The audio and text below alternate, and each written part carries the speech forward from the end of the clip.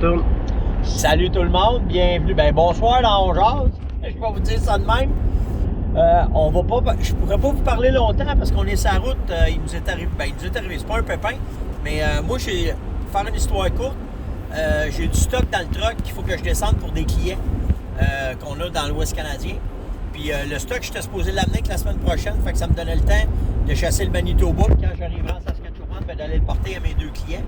Puis les gars m'ont appelé parce qu'ils se sont fait vider, ils n'ont plus de stock. Fait qu'on a décidé de reporter notre voyage au Manitoba à Vanan.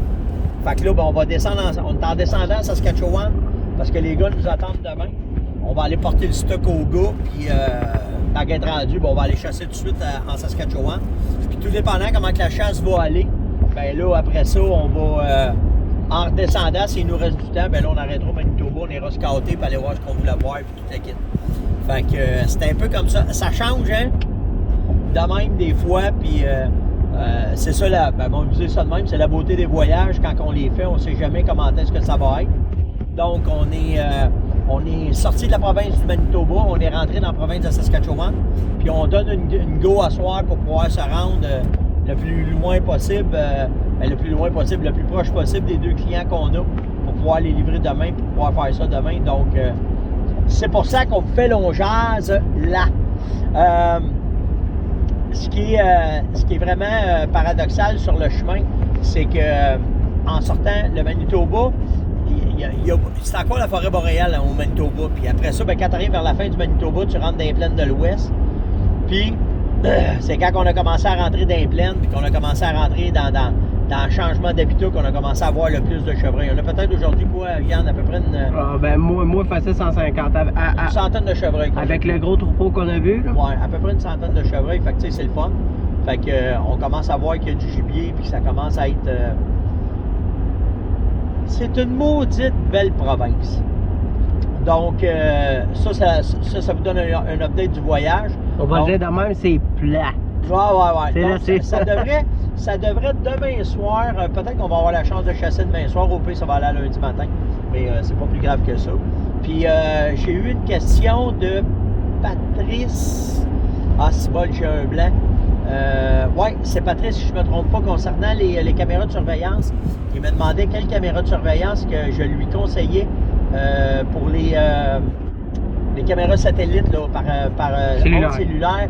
Pour pouvoir avoir les photos, écoute, je vais être franc avec toi, j'ai juste essayé les bas. Oh, un chevreuil. Oh, chevreuil. Ouais. Je viens d'essayer. Ok, c'est un beau bas qu'on a dessus. Oh, ben oui, tout colique.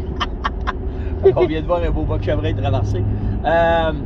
Je te conseillerais, écoute, je peux pas te parler des autres compagnies parce que j'ai juste eu la chance d'essayer Bolly. Puis j'en ai 4 présentement qui sont en fonction. Puis vraiment, je suis très satisfait. Fait que j'ai rien à dire de mal sur ces caméras-là. Une fois que le setup est fait, puis chez nous autres, on les essaye chez nous.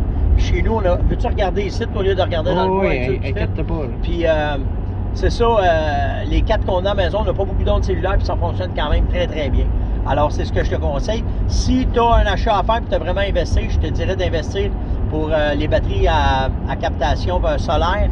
C'est beaucoup plus efficace, ça dure beaucoup plus longtemps parce que tu prends juste des batteries ordinaires, tu vas voir que ça mange vite tes batteries, puis ta caméra elle arrête de marcher, mais avec un panneau solaire là, puis des batteries rechargeables, dans ce cas-là, tu vas avoir de quoi de vraiment efficace, puis de vraiment bon pour pouvoir aller de recevoir tes photos directement dans ton téléphone.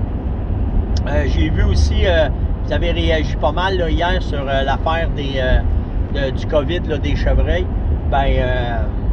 Ça reste que, tu sais, j'ai pas grand-chose à dire. Moi, tu sais, j'ai pas grand-chose à dire là-dessus. Je trouve que c'est tiré un peu par les cheveux, puis que de la façon que c'est, on dirait, puis je vous le dis, là, tu sais, on a traversé l'Ontario, on a traversé le Manitoba, puis on est après faire la Saskatchewan, puis il n'y a pas personne qui parle de ça, puis ils ont collinement plus de chevreuils que nous autres.